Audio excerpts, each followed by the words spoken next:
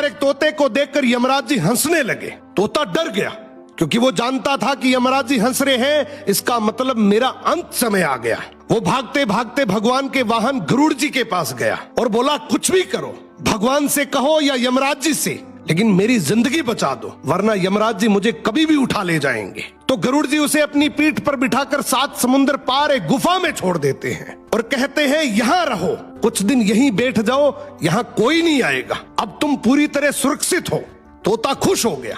अब यमराज जी मेरा क्या ही कर लेंगे, मैं तो इतनी दूर हूं, मुझे ढूंढेंगे कैसे। उधर गरुड़ जी सीधे यमलोक पहुंचते हैं और यमराज से पूछते हैं, परसों आप एक तोते को देखकर हंसे क्यों थे? वो बेचारा डर गया।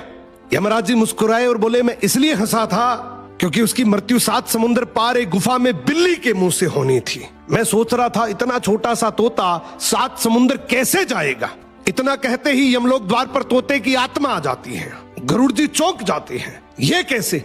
मैं तो उसे खुद छोड़कर आया था। यमराज जी शांति से कहते हैं, आप तो उसे बचाने ले गए थे, पर वहीं गुफा में बिल्ली उसका इंतजार कर रही थी। यही जिंदगी का आखिरी सच है, जिस दिन आएगी तुम चाहे कुछ भी कर लो, वो तुम्हें लेकर ही जाएगी।